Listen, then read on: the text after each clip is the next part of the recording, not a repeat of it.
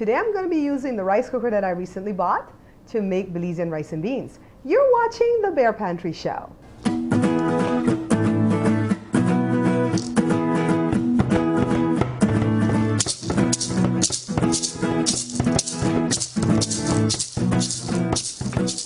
Alright, so for those of you who are familiar with the show, you guys know that I just recently bought a rice cooker, and the first dish that I made in it for the show was the vegetable rice. So this is the measuring cup that came with the rice cooker, and it measures up 1 cup of uncooked rice. Any kind, brown rice, pilaf, any kind, but 1 cup.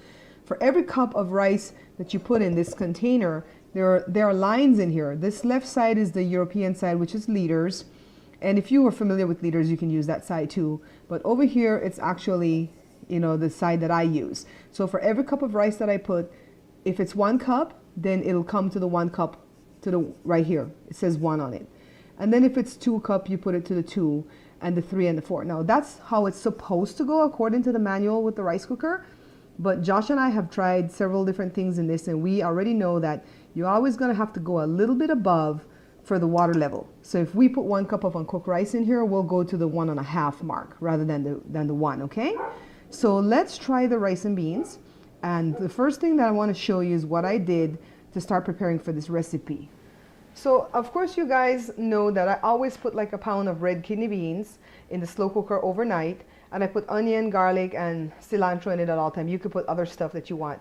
And so basically this beans, if you can see this, it's not really finished cooked all the way for stewed beans, but it's soft enough that I can pinch it, and that's all you really need to make rice and beans, okay? You want the beans to where you could pick up each bean and you could pinch it like that, and you're good. So if we're gonna make stewed beans, we'd make that cook a little bit longer. So let's measure out our rice first. So I measured 2 cups of uncooked long grain white rice with a little measuring cup, and I washed it first, and you always want to wash your rice. In Belize, I remember when I was little, we had to sit the night before and pick the rice free of all the shells and stones and stuff that would be in it. And I've been finding some stones in the beans here in America too, so don't think it's exempt here.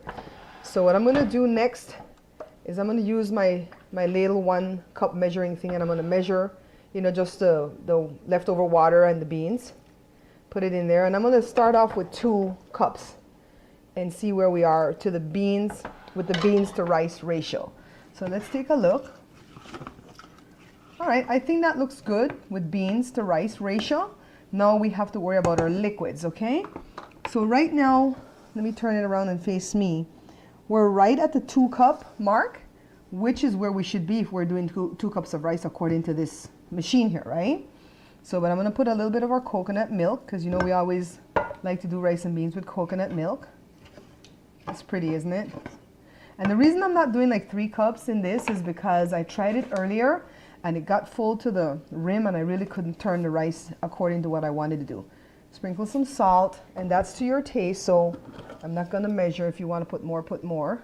Some black pepper. And I'm going to check my line again. So it's right at the 2. It's a little bit above the 2 because I put the coconut milk. But from making rice and beans so many times with you guys before, you can already tell that this water is going to be too little bit to cook this rice. And remember, we're not doing this on the stove. We're going to do this in the rice cooker, and it cooks pretty fast in the rice cooker. So let's check our level, our dipstick method like I always do. And we came up a little bit shy. So I'm going to go back to the old school way that I taught you guys. We're going to go ahead and put more. We could put actual regular water, but we're going to put some of the beans water, for lack of a better term. So we're right about there. So that looks good to me. That's how I would do it if I were cooking it on the stove. But this is in the rice cooker after all, so let me clean it up and see where we are. And we're right about at the 3 line.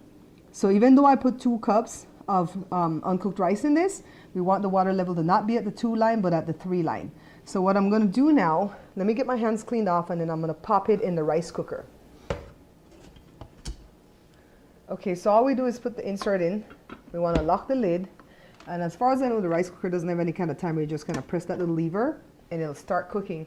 And I'm going to time it because right now it's almost 20 till. It's 9:35. And I'm going to time it because this is going to pop open when this machine thinks it's done. And at that point, we're going to see what we have and if we need to turn the rice or if it's pretty much done, okay? Okay, so take a look at our rice and beans in the rice cooker, and it took about 20 minutes to get to this point. And if you notice, the beans kind of got sent to the top. So this is still not done. Even though the machine said it was done, for me, it's still not done. These rice need to cook some more, but I don't think we need more water because it's certainly wet. And so what I'm gonna do, I have a decision to make. The manual would say, you know, like if I wasn't trying to do something different in here, if it was rice, just plain rice, it would say to just turn it back on and keep it on warm. But because I know enough about making rice and beans, I know that just keeping it on warm will not cook this the way I want it to. I'm gonna plug it back in and just turn it on again and have it go another 20 minutes, okay? So let's do that. Okay, so this is what you need to know. When I closed the lid on the rice cooker a little while ago and I put back on the lever, it didn't actually go on cook. I guess the pot knows some way, somehow, that there's not water or liquid or something in there to actually make it cook. It might have burned. It actually flipped itself to warm. So we're gonna actually have to put it on warm when we're doing this. And it stayed on warm for about a little bit past 10 minutes, 10 or 12 minutes before I came and checked on it. And I actually came and checked on it because I was smelling it. It was smelling pretty good.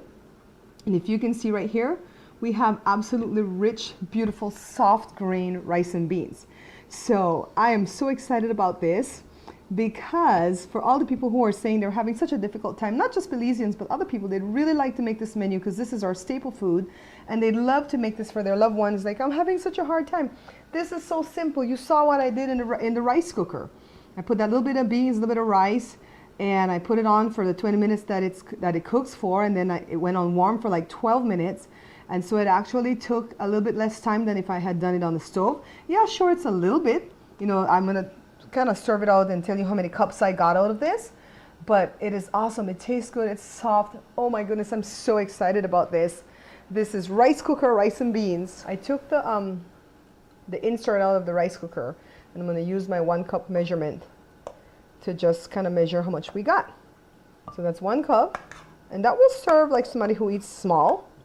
2 cup will serve like a person who eats more, right? So that's 2.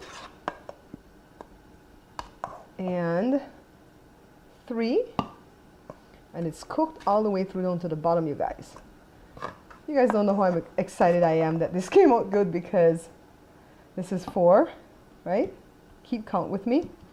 So glad, see, we got a little bit of rice burn on the bottom too for people who like the rice to be burnt. I don't, but for people who like that. So let me loosen that up with a fork. And you never want to dig all the way to the bottom in any of your pots or your rice cooker insert, okay? Just kind of loosen it up off the edge. And I think we're going to get about 5 cups. So for people who eat small or don't eat a large quantity of carb, this will serve 5 people. And if for the people who eat more, this will only serve 2 to 3 people, okay? So this is the batch that I got. You don't want to put more in the rice cooker because even though we had space to the top, it's going to be hard to turn it. So this is actually awesome.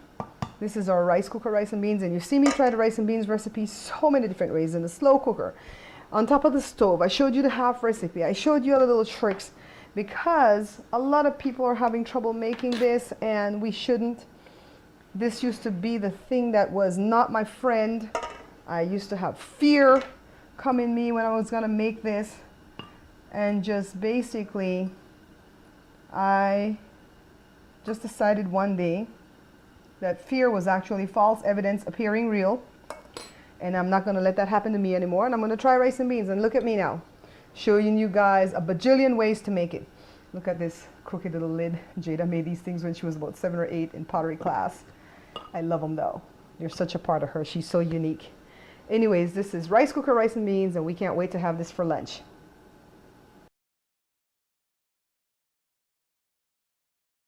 So you guys know that I make everything from scratch, right? So I made the beans from scratch instead of buying canned beans from the store. But I'm sure that you guys could try the canned beans and it will work just as fine. Red kidney, red beans, black beans, pinto beans, any of those beans will work really well to make this rice and beans, especially if you don't mind opening the beans from the can. It bothers me because of the preservatives, and so that's why I always make my beans from scratch, okay? And of course, if you're making your beans from scratch, you can put other spices in it. I tend to just put onions, cilantro, and garlic in everything that I do, but you can add thyme and a whole bunch of other stuff in it. And of course, always put your coconut milk or your coconut powder. And your water level is key. See how we measured it in the rice cooker and see how it came out perfect each time? If you're using the coconut powder or the coconut cream instead of the coconut milk, then just add some more of the beanstalk water or just some plain water to it to make it get to the correct measurement so that it'll come out good. It really shocked me that after it cooked for the first 20 minutes and I put it back on again, I thought the rice cooker was going to go on cook again. But I guess it's smart enough to realize that there's no water in it, so it went on warm. And I was kind of worried because I said it's not going to cook on warm, but it fooled me. So it absolutely cooked on warm for 12 more minutes. It took like 32 minutes to do that. Awesome. Serves 5 people. Wonderful, wonderful, wonderful Belizean rice and beans. I don't want any of you to ever tell me that your rice and beans don't come out good anymore, okay? Because I'm finding easier and easier ways for you to make it. A lot of people are not familiar with this. You'll meet people from New Orleans or Louisiana and that neck of the woods, and they'll say, oh yeah, we eat red beans and rice. Yeah, but it's not like this. What they're actually eating is stewed beans with white rice, and they kind of mix it up together and call it red beans and rice. This is actually cooked in there. The beans are cooked first, halfway, and then you put the uncooked rice in it and you make it mix together. So this is more of a Caribbean type thing.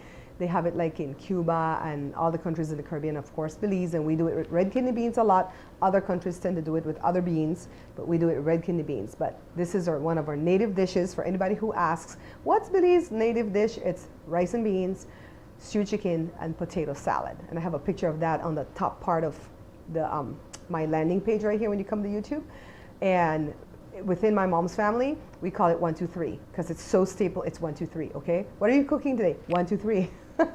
Anyways, thanks you guys for picking up the book, for sharing the show, for liking the show, for all the positive vibes that you send my way all the time, and all the people who call themselves my biggest fan. I really, really love and adore you guys, because without you, this show would not be any fun at all to do. Until I see you guys again, please take care of yourself. Right now, I met this lovely couple, Miss Sandra and Mr. Friedrich Gingrich. Recently, they came from Michigan.